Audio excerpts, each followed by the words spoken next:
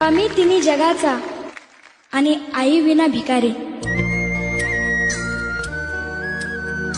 आई आपल्या बाळाला जन्म देते, बोलायला शिकवते, चालायला शिकवते। आई आपल्या बाळाला जीवन कसं जगायचं हे शिकवते। आई बाळाला संस्कार देते।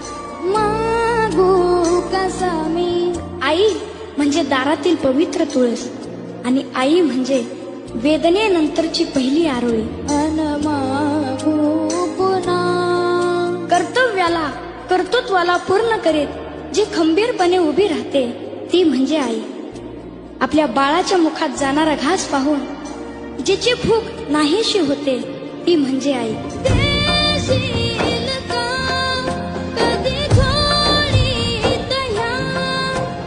शेवटचं वाक्य सांगतो, आयुष्यात जी आपल्या बरोबर असताना तिची किंमत कधीच कळत